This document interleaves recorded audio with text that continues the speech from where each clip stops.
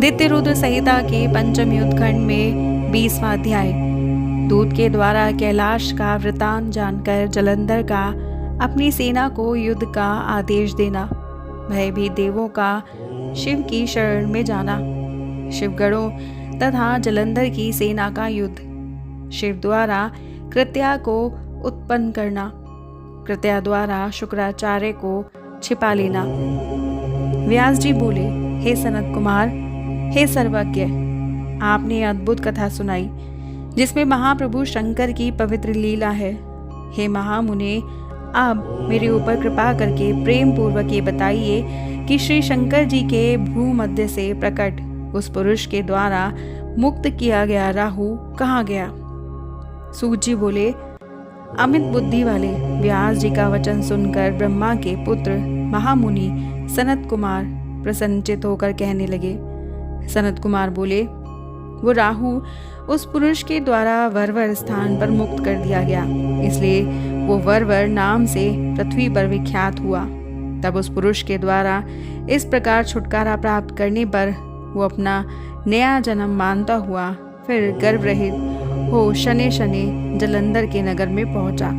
हे व्यास, उसने वहां जाकर दैत्येंद्र जलंधर से शंकर की सारी चेष्टा का वर्णन विस्तार पूर्वक किया।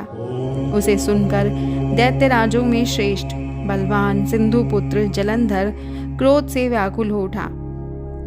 तब क्रोध के वशीभूत चित्त वाले उस दैत्येंद्र ने समस्त दैत्यों को युद्ध के लिए उद्यत होने का आदेश दिया।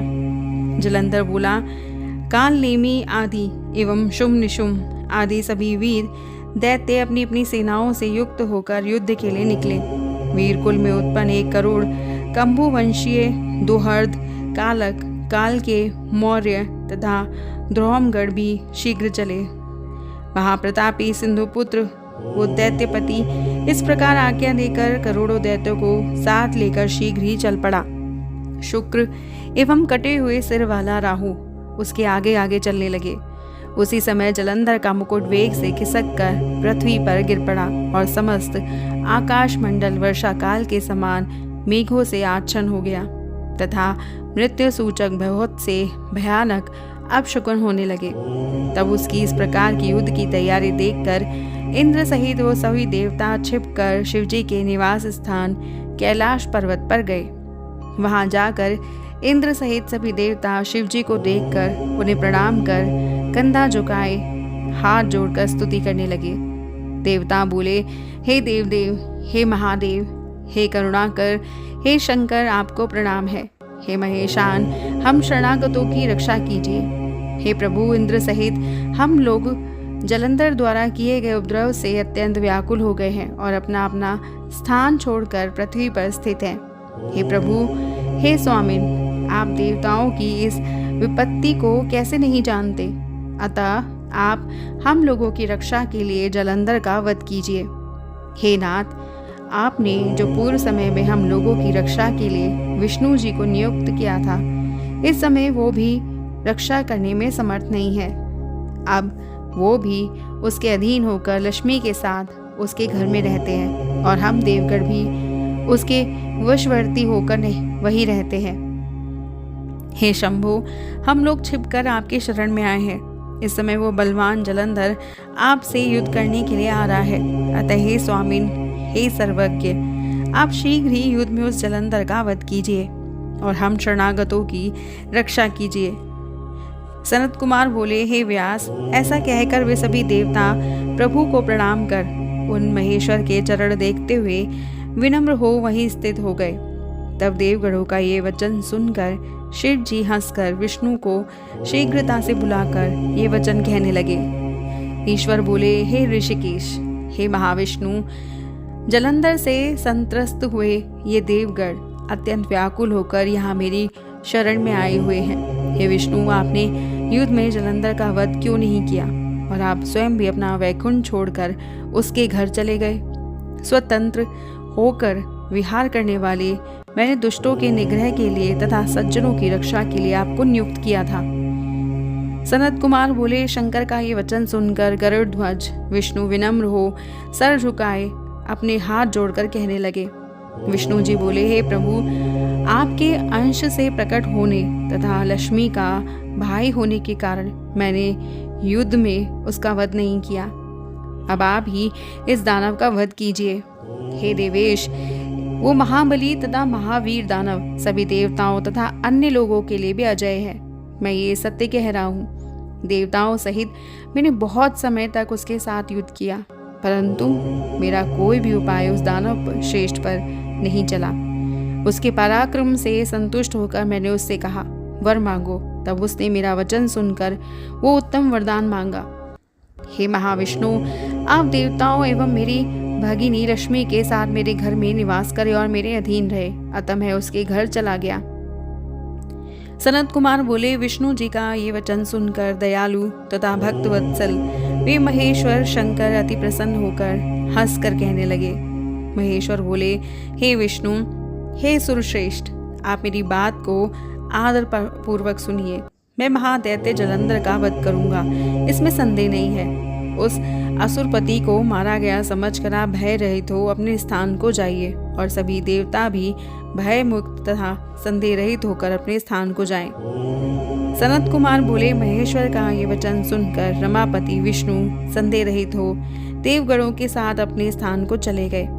हे व्यास, इसी बीच वो अति पराक्रमी तथा बलवान दैत्यपति युद्ध के लिए तत्पर असुरों के साथ कैलाश के समीप पहुंचा और कैलाश को घेर कर तीव्र सिंहनाद करता हुआ काल के समान वो महती सेना के साथ वहीं रुक गया।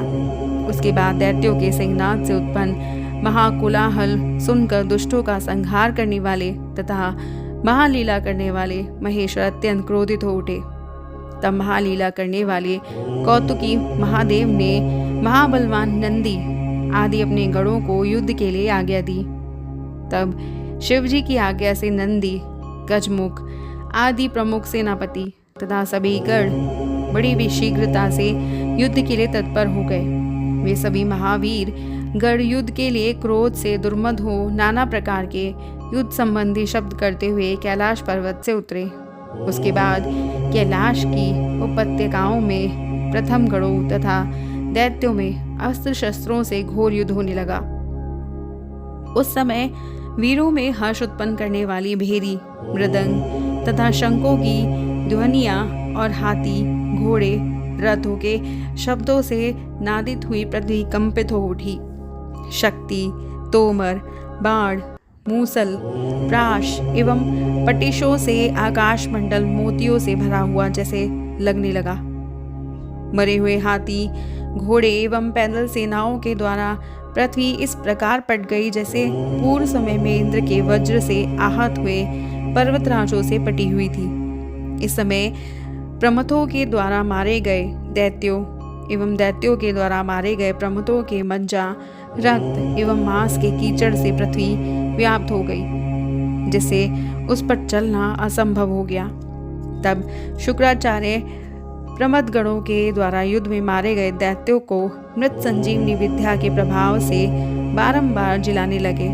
उन्हें इस प्रकार जीवित होते हुए देखकर व्याकुल तथा भयभीत सभी गणों ने देव शिवजी से शुक्राचार्य की सारी घटना निवेदित की। ये सुनकर भगवान रुद्र ने अत्यधिक क्रोध किया और दिशाओं को प्रज्वलित करते हुए वो भयंकर तथा अत्यधिक रौद्र रूप वाले हो गए।